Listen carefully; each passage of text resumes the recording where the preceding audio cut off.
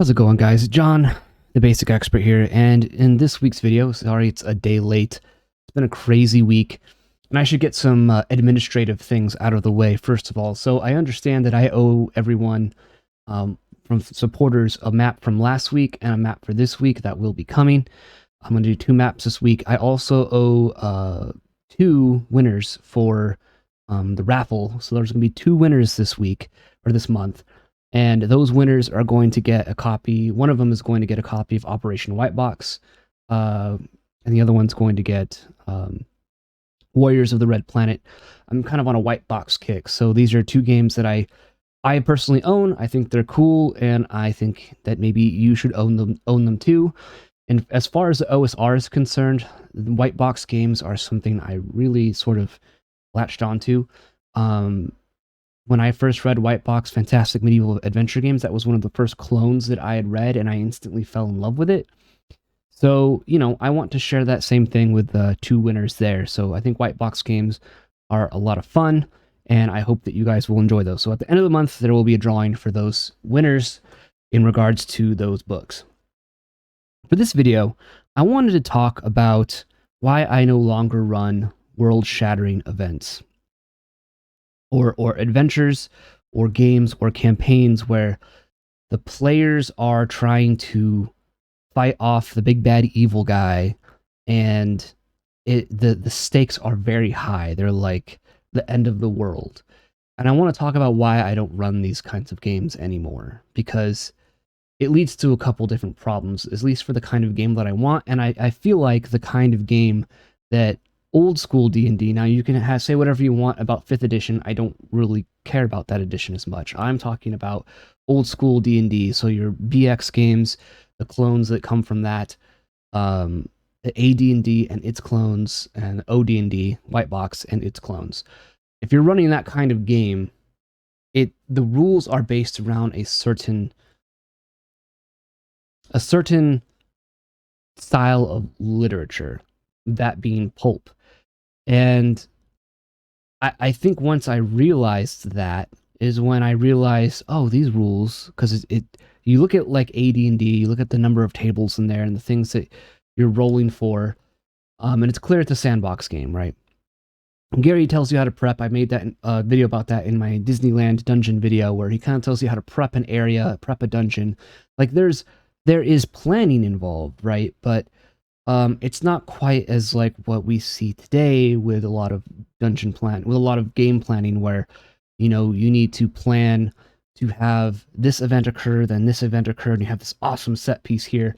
Like you start planning like this 3-act movie. That is definitely a new thing. Not that there's anything wrong with that. I ran that kind of game for years, and I came to no longer enjoy it, which is why I started playing old school games and running old school games in the old school way. So we're going to touch a lot of different things in this video, and it's probably going to be a little bit all over the place, but I think that it's important to talk about this to kind of... I've been on this series of videos almost lately talking about the difference between old school and new school, and I feel like I've come from a perspective where, I used to be really into that hardcore narrative game, the silly voices and whatnot, and I've sort of switched over to a more, I guess, wargamey or sandbox style game, where it is very player driven. They are the ones driving the adventure. They're telling me what they want to do, and I do my best to make it happen and to adjudicate that. So I've kind of switched, which was the opposite of how I used to run games. The opposite way I used to run games was the players show up and I have this whole adventure planned out for them on rails, to varying degrees of sticking to those rails, but still rails are still very clearly there. And they were these big epic adventure, deal with the bad guys, and what the end of the world is nigh and the players have to stop it, that kind of game. So I think first it's important to talk about kind of some of the games that I ran in the past, some of the campaigns that I've done in the past. So, one campaign that I did in the past was this large, like I made this whole map. I have it hanging on my wall up here. I hand drew a map, and this map was massive. Like thousands of miles on this map, and I put places that on the map that I wanted the players to visit. It was going to be this world traveling thing. There was this sultanate, because it was a 5e game. So in my 5e world in that campaign, the Dragonborn were kind of like Arabic in culture. There was like nomadic tribesmen, and then more like city dweller type Arabic type Dragonborn, and they worshipped like a dragon god. The religion was very similar to that of Islam and stuff like that, and mysticism. So I had this whole area planned out. The players were in a more like Western European style part of the world, and I knew I wanted them to move from that to the like Middle Eastern part of the world. And it started with the players kind of getting kidnapped by goblins and orcs and fighting their way out. I was dumb and had them lead an army like right from the start, which didn't really work very well. Never did that again.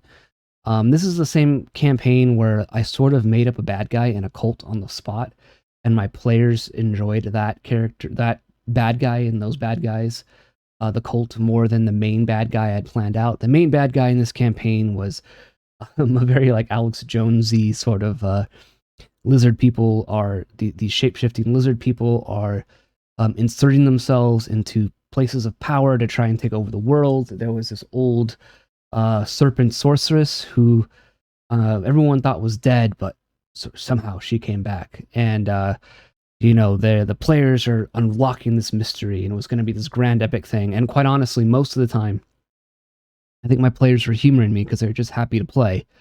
Most of the time, I think this fell flat, and they were not actually that all engaged or interested, and it didn't work out very well. And that was when I realized, when I kind of made up a character on the spot, and I had made it a recurring villain, this cult and this cult leader, that the players really hated this cult leader. And it was someone that I had just made up on the spot. Like, I need a villain for this village. They were in a village or something like that. And I just started making stuff up. It was a filler episode of the campaign, because I was still in this, it's a movie mindset, or it's a TV show mindset.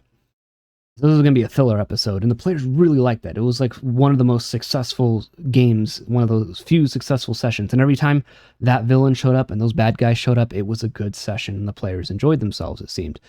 So I was definitely, the light bulb clicked at that point when I realized, okay, there's something to this, like letting the players drive things. But this is for a different topic. So, or we'll get to this point eventually. And, I've always been a fan of Tolkien and the Lord of the Rings trilogy, the Silmarillion, the Hobbit, and the various other little stories that have come out since Tolkien's death. I'm a big fan of those. I love those stories. They're beautiful to read and definitely very engaging myths. They read like myths that you would read that are real, right? To a degree, they are real if you kind of understand the concept of myths. But I really wanted to run this epic, like Tolkien-esque game, and I realized something that, as I've gotten further into the hobby and played more and more and changed my perspective and my views and switched from like 5e to old school games and old school gaming, that D&D functions better when you are not playing that kind of game. I'm not saying that you can't. I'm not saying you shouldn't. I'm not saying that if you're having fun, you're playing wrong, any of that kind of stuff. I'm going to nip any of that in the bud right now. We're going to end that right now. I'm not saying that. Whenever I have these kind of talks, assume that this is what worked for me. I'm telling you my journey, my story within the hobby. I realize though that, starting really small, like really, really small, is much better than starting with the big epic grand adventure and introducing your big bad evil guy, like right from the start.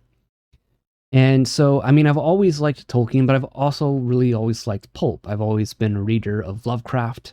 I've always liked Robert E. Howard and the Conan series and Cole, and I've liked Fritz Leiber. I've liked these stories here as well. So, Conan. I got my books here, a couple of them that I wanted to share, and Edgar Rice Burroughs. I like this kind. I've always liked this kind of stuff, but it never clicked that this is more D&D than oftentimes Lord of the Rings should be. Because Lord of the Rings is, again, like, the players want to be the main characters in these novels, the shakers of the world. And when you read like a pulp story like Conan, Conan is an important character. He becomes a king at some point, right? He becomes extremely powerful. But a story like The Tower of the Elephant, which is a great little story you could read if you ever want to run like a Wizard Tower adventure or something like that. Obviously, so many Wizard Tower adventures and modules, and people that have tried to run them in their own home games have been looked to the Tower of the Elephant as influence for how to do that, because it reads like a campaign report almost. That these stories, like the world of Conan, like Conan is important, but very rarely does the things that Conan does it like severely change the world in which Conan lives, right? When he steals the heart of the elephant, like, he does help this alien being, he does defeat this evil sorcerer, but like when you look at the whole world as a whole, like the whole world is full of sorcerers like Yara. It's full of mystical, crazy things like the heart of the elephant, and mysterious things. Like, it's a drop in the bucket in the grand scheme of things. Dealing with Yara the sorcerer doesn't.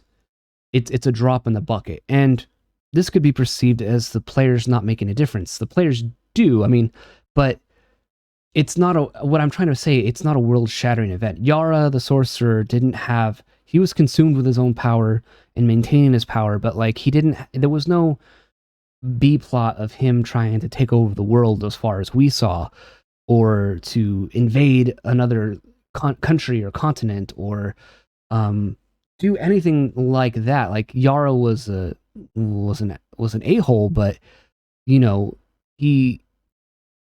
wasn't a Sauron, let's say, right? There's a big difference between Yara and Sauron in the Lord of the Rings. And so when I started running adventures that were more like the Tower of the Elephant, or in this book here, this is a collection of 3 short stories. This one. And this one here, this is a collection of like 3 short stories, by Fritz Leiber. And in the Snow Women story, this is a story. It's like an introductory adventure almost. It's an origin story for Fafhrd, and he lives with this overbearing witch mother, and he lives in this community that's like afraid of the witches that live within the community, and he wants to explore and see the world. He meets a woman who is willing to help him do that and get out of his little snow village. And he fights a couple people that are trying to get in the way of that, and him in the female escape, right? And in the Unholy Grail, like the Grey Mouser, he's an apprentice to a magician. He's in an area where there's a baron who hates other magic users, and he kills his and he's training with the baron's daughter under this sorcerer, and the baron kills the sorcerer and is abusive towards his daughter, and the Grey Mouser goes and gets his revenge against the baron for killing his master and hurting his daughter, and just being a general dickhead. So, and then in the final one, in this, Ilmet and Lankamar, the Grey Mouser and Fafhrd finally meet. They become fast friends, so it's like they meet in a tavern almost, that kind of story. There's a lot of taverns in that story, and they're two females that I just mentioned that they have become their lovers or significant others are murdered or eaten alive by rats, giant rats, sent by the Thieves Guild, because these guys have been throwing wrenches in the Thieves Guild's jobs. And it becomes an assault on the Thieves Guild to get revenge, where they deal with a crazy sorcerer and end up besting him. And these, again, all three of these stories are super small. Like, whether or not Spofford the Barbarian succeeded or not in his escaping from the world wouldn't really make much of a difference, but it's still like an interesting story, and it still matters, if that makes sense, right? Like, it doesn't need to, it can be a drop in the bucket and still matter, I guess is what I'm saying. The adventure, the story that you're trying to tell at your table, the adventure that unfolds at your table. So when I started switching to adventures that were more akin to this than, say, Lord of the Rings, and again, nothing wrong with Lord of the Rings, you could go from adventures like this to something like Lord of the Rings, right? At a higher level, where the players are a little more influential in the game world. You know, they're more like an Aragorn, where you know, the heir of Isildur means something to people, and his exploits throughout his early life prior to the Lord of the Rings, when he meets Frodo and all that kind of stuff at the Prancing Pony Inn. Like, he had done a bunch of little adventures that were like this, right? They were little drops in the bucket, but they mattered, and it mattered when they went to, you can kind of connect all these pieces when they get to this higher level, and those little drops in the bucket can matter, right? You know, the fact that the players, if you do something like this, you know, where they assault the Thieves Guild and take out the Thieves Guild sorcerer, you know, maybe the Thieves Guild was aligned with the big bad, and now the sorcerer's taken out, his divinations and whatnot are not there, and so the Thieves Guild is a little blinded by this. So it means that they're not able to react as easily to the things the players are doing or that the good guys are doing, so on and so forth. You can kind of see where I'm going with this. So, you know, and I really realized this when I started reading Appendix N stuff from Advanced Dungeons and Dragons. You know, Tolkien is just a small part in there. You know, you got Poul Anderson, sorry, Three Hearts and Three Lions, The High Crusades, The Broken Sword. Fritz Leiber is in there. Fafhrd in the Grey Mouser series. You got Michael Moorcock. You got H.P. Lovecraft. You got Robert E. Howard. You got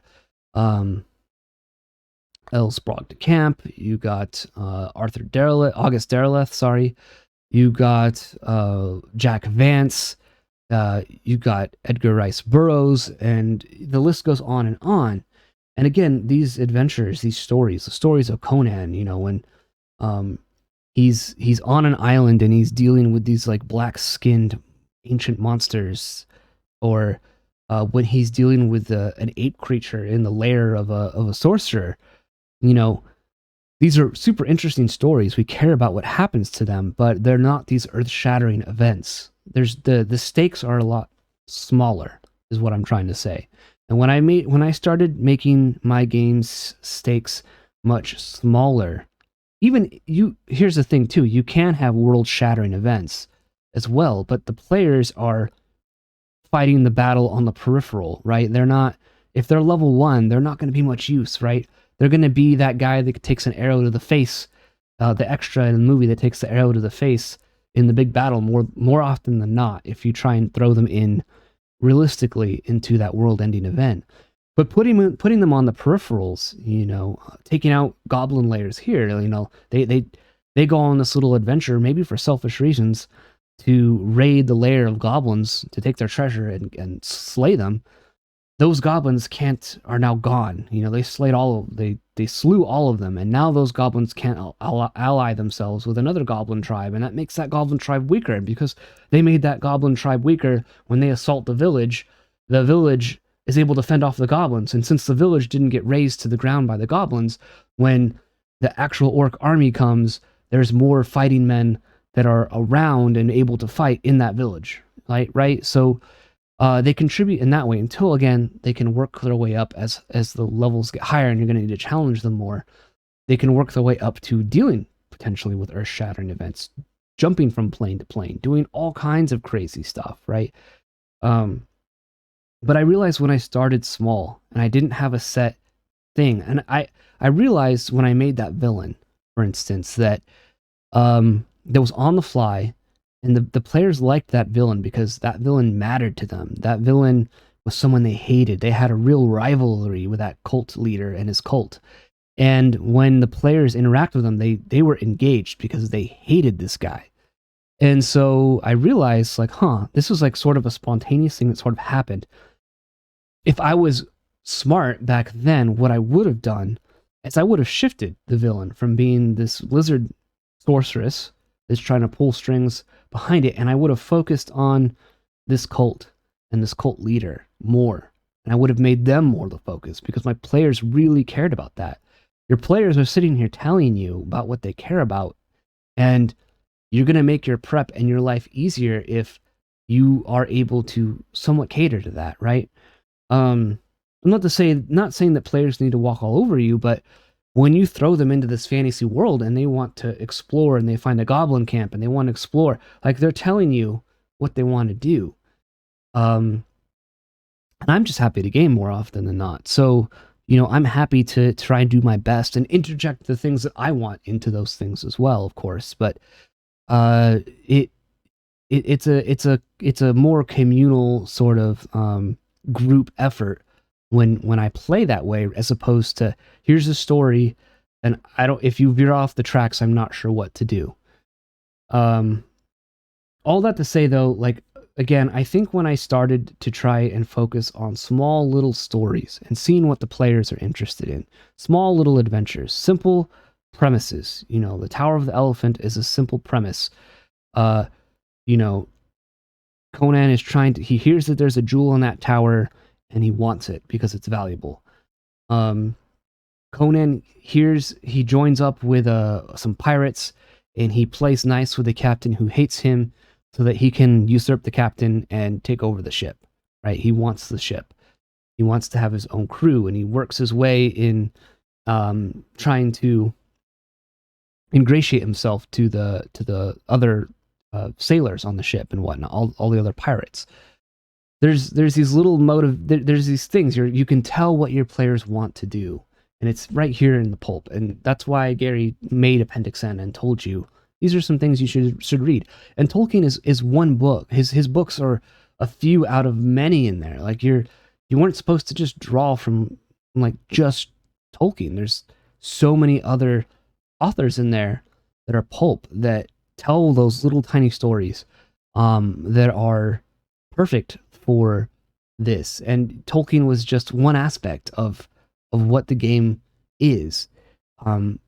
More of the game is actually pulp. It's more of a pulp simulator than it is a pure Tolkien simulator. And somehow we switched that. And I get why that happened. The films, the Peter Jackson films, which I think are great. I love those films. They're immensely popular. And this led to things like Game of Thrones and the Game of Thrones show. And, I don't really like Harry Potter, but fantasy really took off. And a lot of that kind of really high fantasy is these earth-shattering events that really sort of the players want to emulate that rather than pulp. They want to emulate this high fantasy adventure, which is fine. Again, if you want to run your games that way and you're having fun doing it, don't let me stop you. I'm only telling you what has worked for me, and as what has made my games meaningful is really trying to collaborate with my players through play. Like, there's no session zero about like, this is what we're going to do, let's work together on this. It happens organically through the playing of the game. And once I started doing that, my games really started to get a lot better, and the longevity was there. My current BFRPG game is on over a year now, about a year and a half, and unfortunately I had to put my AD&D game on ice for a little bit as everyone had life stuff taking off, but that one was doing really well as well, and I'm getting ready to run Obsidian and Blood playtest soon, and I'm looking forward to that. And I'm going in with these mindsets. In Obsidian and Blood, I'm going to be focusing on little adventures. We need to raid this enemy village for supplies. We need to capture enemy soldiers for sacrificial victims. You know, the stories are going to be small. There's a monster in the forest that's harassing the peasants. You know, what do we do about that?